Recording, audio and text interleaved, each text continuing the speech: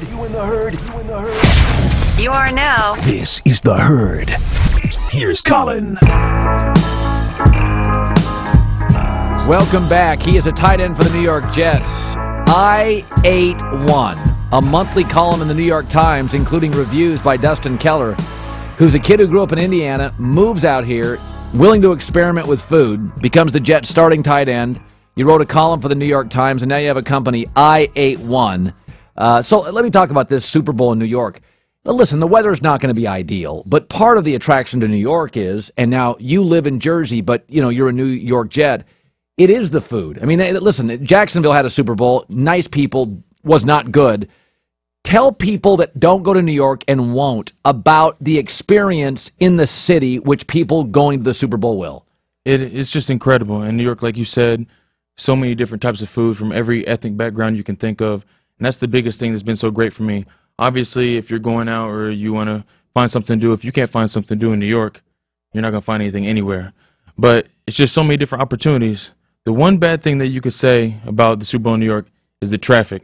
And some guys might complain about the weather at that time, but it's going to be a great opportunity, and I think a lot of people are going to get to see just how great New York City really is. The league has changed, Dustin, even since you've been in it. It's become, the Jets are the exception. You're a power team. Mm-hmm. Most teams aren't in this league. The rules have been changed. Running backs aren't a big deal. Receivers are superstars. Yeah. You've seen it. I do worry about, in a passing league in 3 years, playing in 12 degrees in wind. Does that worry you that we could have just an ugly Super Bowl? Well, obviously for me, us returning as we're the league champs in rushing. We led the league in rushing, so it doesn't worry us too much.